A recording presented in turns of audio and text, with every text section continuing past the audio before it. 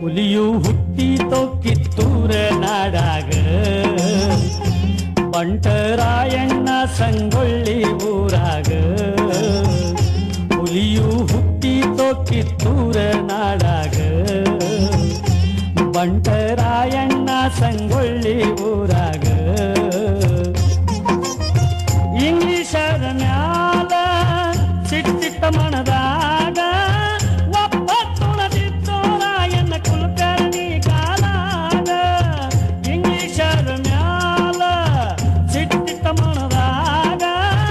ಒಬ್ಬ ತುಳದಿದ್ದೋ ರಾಯಣ್ಣ ಕುಲಕರ್ಣಿ ಕಾಲಾಗ